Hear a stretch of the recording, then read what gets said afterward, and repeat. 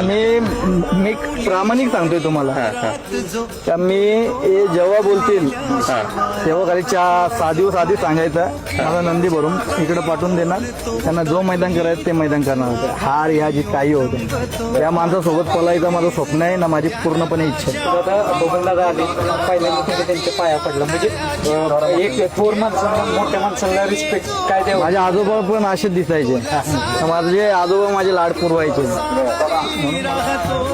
त्या रूपामध्ये माझे आजोबा. बबनदादांच्या डोळ्यात पाणी आलंय काय सांगायला म्हणजे कुठंतरी प्रेमाचं नातं दिसतंय की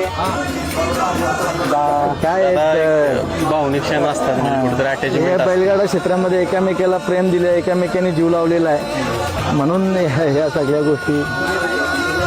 दादा बघायला गेलं तर तुम्ही प्रत्येक मैदानात किंवा प्रत्येक ठिकाणी सांगत असता की आपलं बैलगाडी चित्र उंचीवर गेलं पाहिजे, त्यासाठी आपण काही पण करू शकतो. तुम्ही प्रत्येक वेळेस माणसं जोडत आलाय.